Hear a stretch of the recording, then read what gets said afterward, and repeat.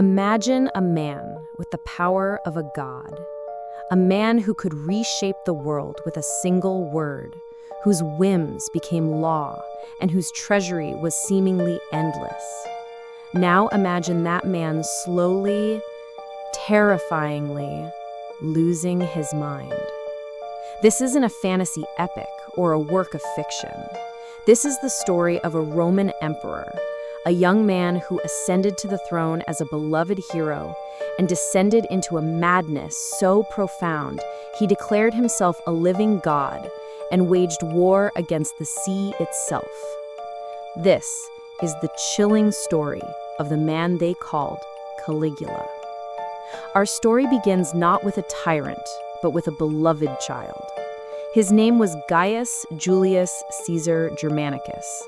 To the hardened soldiers of the Roman legions stationed on the Rhine, they were their little mascot.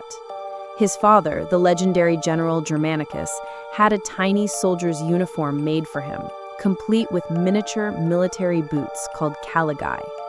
The soldiers affectionately nicknamed him Caligula, meaning little boots. It was a name spoken with warmth, a symbol of hope for the future of Rome.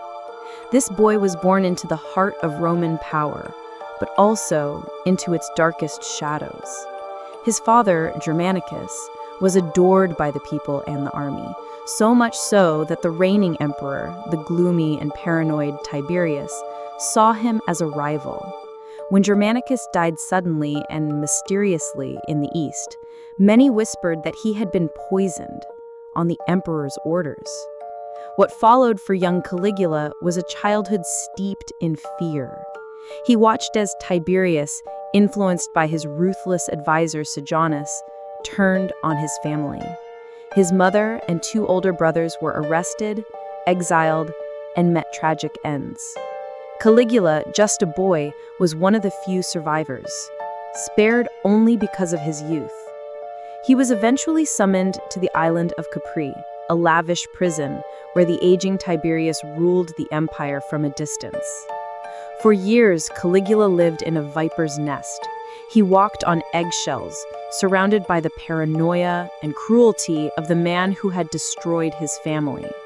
He learned to wear a mask, to hide every thought, every emotion, to be the perfect obedient subject. The ancient historian Tacitus wrote that Caligula survived by becoming a master of deception, a perfect actor in a deadly play. He had to be, because one wrong word, one fleeting expression of resentment would have meant his end. Then, in the year 37 AD, Tiberius died. The circumstances were suspicious, with some rumors claiming he was smothered with a pillow on his deathbed. But Rome didn't care how it happened. They only cared that the dark reign was over. And into the city rode Caligula, the last surviving son of the beloved Germanicus. The celebration was unlike anything Rome had ever seen. The people saw him not as the product of Capri's fearful court, but as the return of a golden age. He was young, handsome, and charismatic. The Senate, overjoyed to be free of Tiberius, granted him absolute power.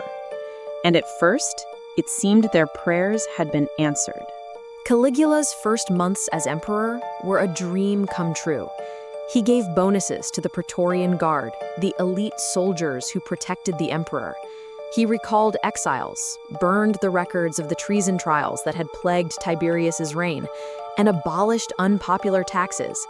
He hosted spectacular gladiatorial games and chariot races, winning the hearts of the common people. He was everything Tiberius was not: generous, open, and full of life. It felt like the dawn of a new, brilliant era for Rome.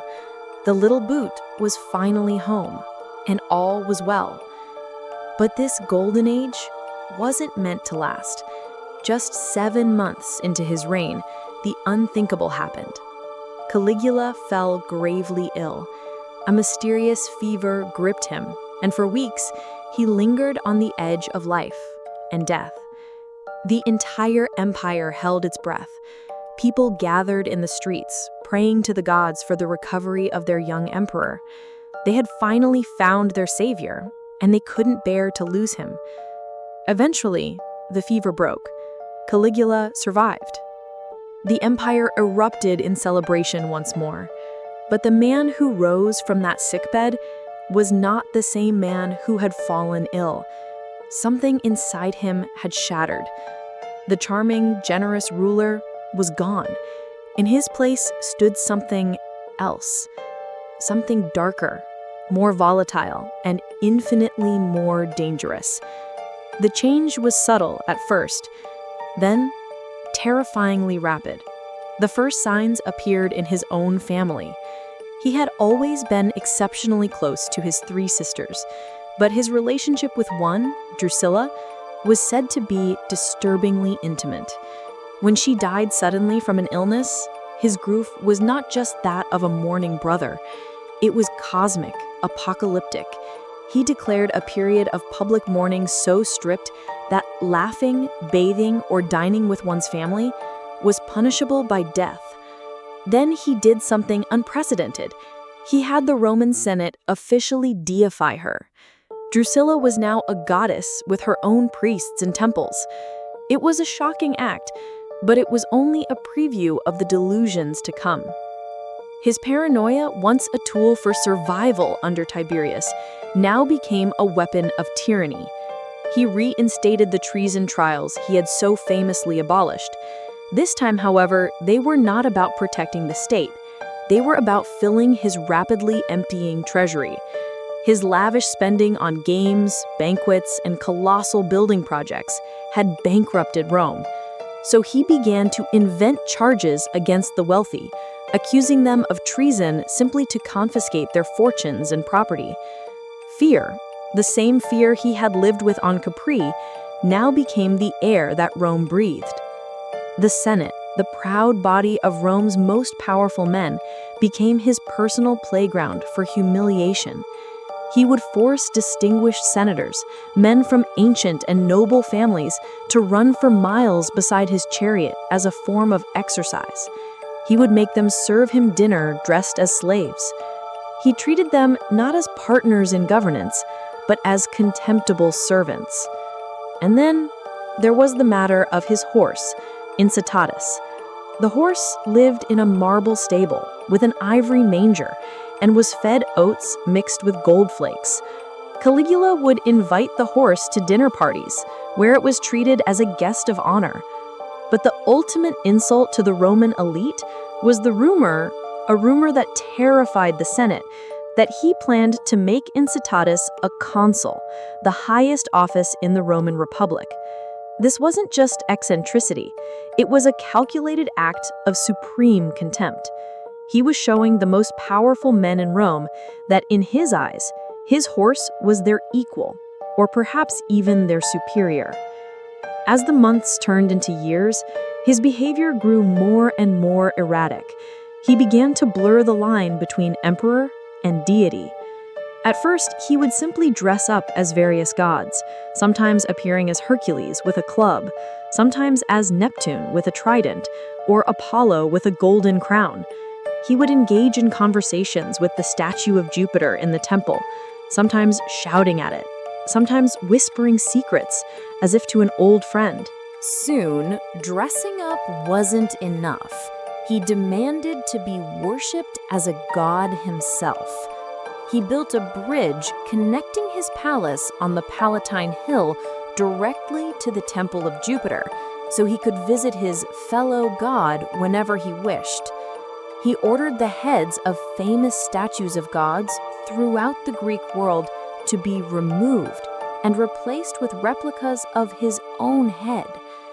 He established a temple to himself, complete with his own priests, including, bizarrely, his horse.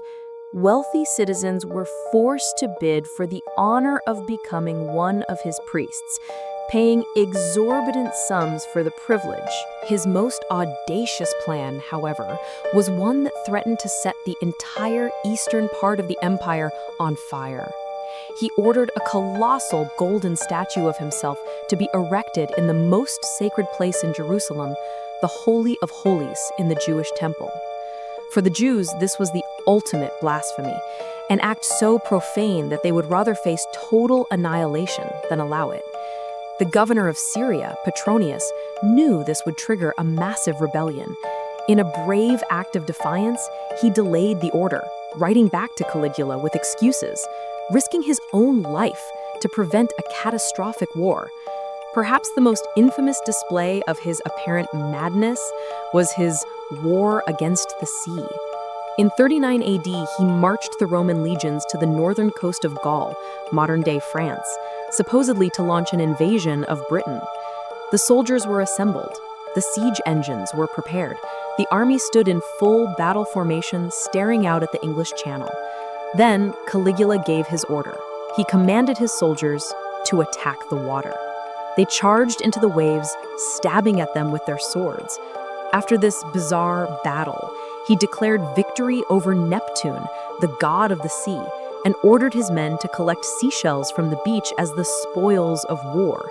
He then marched back toward Rome, planning to demand a triumph, a massive military parade for his glorious conquest of the ocean. For the people of Rome, and especially for its elite, life under Caligula had become an unpredictable nightmare. No one was safe. Your wealth could get you killed. A careless word could lead to your execution. A perceived slight, however small, could mean the end of your entire family. The emperor was not just a tyrant, he was a force of nature, an erratic storm of cruelty and whim. The breaking point was near. The men who were closest to him, the officers of the Praetorian Guard, lived in constant fear.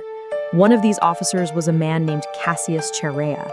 He was a veteran soldier, a man of dignity, but he had a high-pitched voice. Caligula found this endlessly amusing and would mock him relentlessly, using crude and insulting nicknames in public, humiliating him in front of his own men.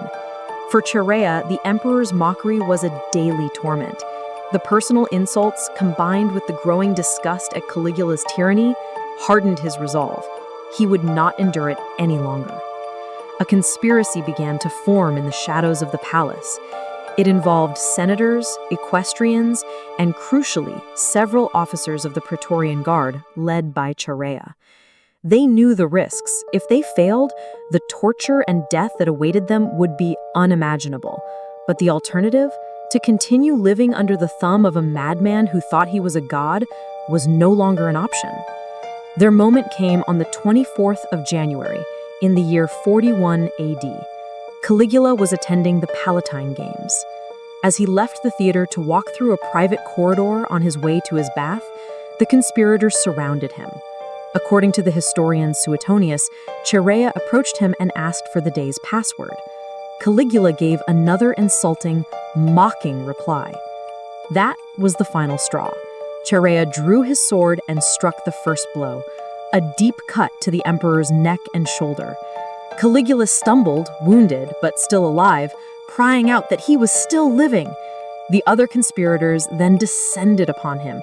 In a frenzy of steel and desperation, they stabbed him again and again and again, over 30 times, ensuring the tyrant was dead. The chaos that followed was immediate. The emperor's German bodyguards, hearing the commotion, rushed to the scene and, in a blind rage, cut down several innocent senators and bystanders before being subdued.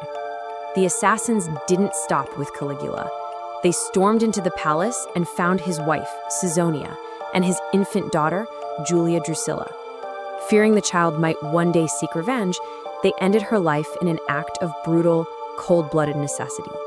With the emperor and his family gone, the throne of Rome was empty. For a brief, fleeting moment, the Senate debated restoring the Roman Republic, ending the rule of emperors once and for all. But it was too late. Power in Rome no longer came from the Senate House. It came from the barracks of the Praetorian Guard. While the senators debated, a few guardsmen were looting the palace. Hiding behind a curtain, terrified for his life, they found a man cowering in a corner. It was Caligula's uncle, Claudius, a scholar who was often dismissed as a stammering fool. Seeing him, the soldiers had an idea. They didn't want a republic. They wanted an emperor who would pay them. They pulled Claudius from his hiding place, threw him on their shoulders, and declared him the new emperor of Rome. The age of madness was over, but the age of emperors would continue. So, what are we to make of the story of Caligula? Was he truly mad, driven insane by the fever that nearly claimed his life? Was he a traumatized young man, broken by a childhood of terror, who finally snapped under the absolute pressure of absolute power? Or was he a cynical and cruel politician, performing an elaborate act of insanity to mock and dominate the Roman aristocracy that he despised? The truth is, we may never know. The accounts of his reign were written by his enemies, men of the senatorial class who had every reason to portray him as a monster. Some of his actions may have been exaggerated, others completely fabricated as propaganda. But even if only half the stories are true, the tale of Caligula remains one of history's most terrifying warnings. It shows how fragile the human mind can be and how the corrupting influence of unchecked power can turn a beloved hero into a creature of nightmare. It is a chilling reminder that the line between a ruler and a monster, a king and a madman, can sometimes be no thicker than a shadow. If you enjoyed this story, don't forget to subscribe for more untold history.